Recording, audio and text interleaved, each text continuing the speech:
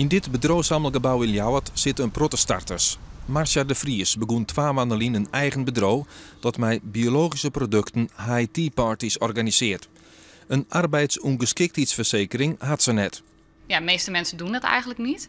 Beginnen pas als ze 3 jaar lang al bezig zijn of al verder, of ze doen het helemaal niet. Ja, jij hebt er ook nog geen eentje? Nee, ik heb er nog geen. Het is gewoon te duur. Het is te duur, ja. Wel.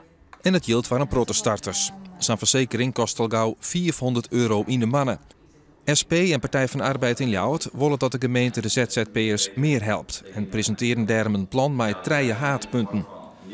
De gemeente zou met verzekeraarsregeling maken om voor ZZP'ers een collectieve arbeidsongeschiktheidsverzekering aan te sluiten, zodat het goedkeeper wordt.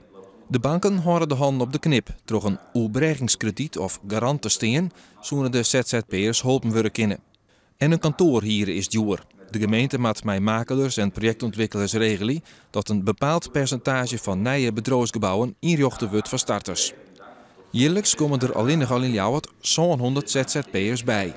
Die groep is ook steeds belangrijker voor onze economie en voor de werkgelegenheid. En uiteindelijk, als we ze kunnen helpen succesvol te worden, hebben we daar met z'n allen ook profijt van.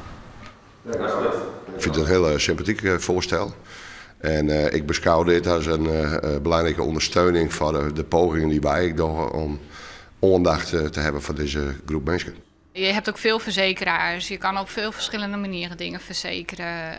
Als ze daar jou iets in kunnen vertellen van wat het beste is, of dat ze daar misschien iets mee kunnen helpen, dat zou zeker fijn zijn.